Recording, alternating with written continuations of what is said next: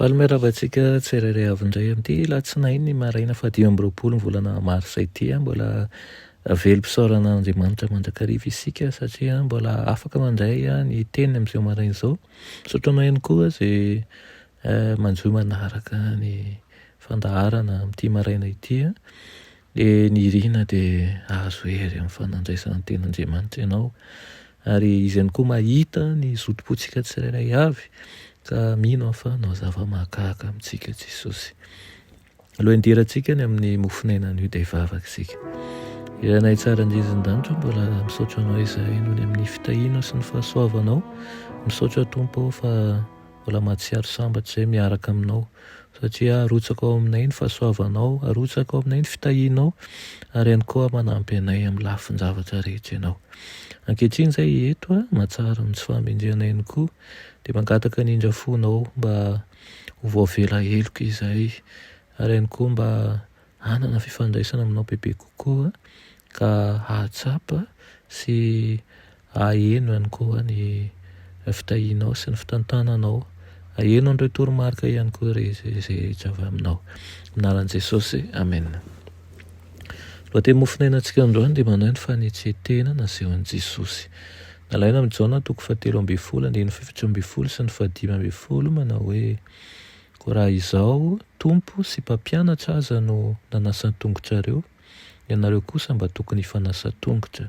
Fianarana nanomeko anareo mba hanaovanareo araka izay nataoko taminareo. Amen.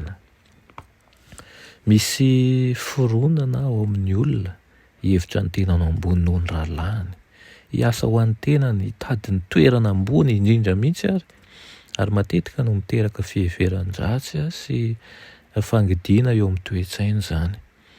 Nefa ny poam-pivavahana mialohan'ny fandraisana ny fanasan'ny Tompo dia natao mba hampisava an'ireny zavatra tsy mazava ireny, tarika ny olona hiala amin'ny fitiavan'ny tenany, hidina avy amin'ny tongakazony fanandratan-tenany ho amin'ny fihetren'ny fo, izay tarika azy hanompo ny rahalahiny. Ny fanompoam-pivavahan'ny fanasa-tongotra dia maneho amin'ny fomba manaitra indrindra ny ilaina ny fanetrehan-tena marina.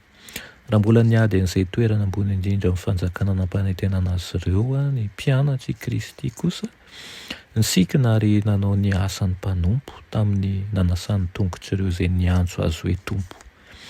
Ho fampihavanana ny olona no antony nametrahana ny fanompoam-pivavahan'ny fanasa-tongotra. Isaky ny ankalazana izany dia manatrika eo Kristy amin'ny alalan'ny fanahy masina. Io fanahy io no mitondra fandresen-dahatra ho amin'ny fo. Rehefa nankalaza io fanompoam-pivavahana io niaraka tamin'ireo mpianana Kristy dia resy lahatra ny fon'ny rehetra, afa-tsy jotasy. Tahaka izany koa no haharesy lahatra antsika rehefa miteny amin'ny fontsika i Kristy, hipoitra ny loharano rehetra ny fanahy, ho feno hery ny saina ka hiboiboika ho amin'ny asa sy fiainana, ary handrodana ny fefy rehetra izay miteraka fitsaratsarana sy tokotokonana. Iseho miharihary tahaka an'izay tsy mbola nahitana azy hatrizay ny fahotana vita, satria ny fanahy masina no hampatsiahy izany amintsika. Efa avy nanasa ny tonga ny mpianatry Jesosy dia hoy izy hoe: fianarana nomeko anareo mba hanaovanareo araka izay nataoko taminareo. Fanompoam-pivavahana iray no nahorin'i Kristy teto, noho izay nataon'ny Tompo dia tonga voamasina io fotoana io izay naneho ny fanetretena.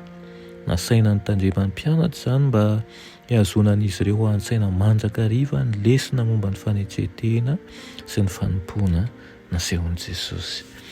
Dia ny irina indrindra dia hanana fanetretena tahaka an'i Jesosy antsika. Nataontsika hifanampy, hampiarabelona antsika amin'ny namantsika, amin'ny havantsika, ka tsy hitady ny fanandratantena, tsy hikatsaka ny plasy farany ambony indrindra eto amin'izao fiainana mandalo izao, fa hatsiaro fa misy no ianao ary vonin-kanampy anao aho, toaka izany koa ianao vonin-kanampy ahy. Amen.